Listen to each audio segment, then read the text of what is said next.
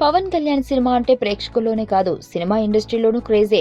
అందుకే పవన్ కాటమరాయుడికి 4 కొత్త సినిమాల ట్రైలర్లు అటాచ్ అయ్యాయి. పవన్ సినిమాల్ని చూడ్డానికి ప్రేక్షకులు పెద్ద ఎత్తున ఎగబడతారు కాబట్టి ఆ సినిమాతో పాటు కొత్త సినిమాల ట్రైలర్ ని రిలీజ్ చేస్తే మంచి ప్రచారం లభిస్తుంది. అందుకే పవన్ సినిమాల గురించి కాచుకుని ఎదురు చూస్తుంటారు దర్శక నిర్మాతలు. శుక్రవారం విడుదలవుతున్న కాటమరాయుడికైతే ఆ విషయంలో మరింత డిమాండ్ ఏర్పడింది. అందుకే ఆ సినిమాకి 4 ట్రైలర్లు అటాచ్ అయ్యాయి. వరుణ్ తేజ్ మిస్టరీతో పాటు వెంకటేష్, గురు, కార్తీ, చెలియా, నిఖిల్ నటించిన కేశవ సినిమాలకి సంబంధించిన ట్రైలర్లన్నీ కాటమరాయుడు ప్రింట్లకి అటాచ్ చేశారు. ఒక్కొక్క చోట ఒక్కో ట్రైలర్ ప్రదర్శితమవుతుంది. ప్రపంచవ్యాప్తంగా పెద్ద ఎత్తున విడుదలవుతోంది కాటమరాయుడు. ఆ క్రేజ్ ని తెలుసుకునే దర్శక నిర్మాతలు కాటమరాయుడుపై కట్చీఫ్ వేశారు. పవన్ మాత్రం ఎవరి ట్రైలర్ ని కాదనకుండా అందరి సినిమాల ట్రైలర్లు తన సినిమాతో పాటు ప్రదర్శితమయ్యేలా నిర్మాతలకి సూచనలు అందజేశాడు.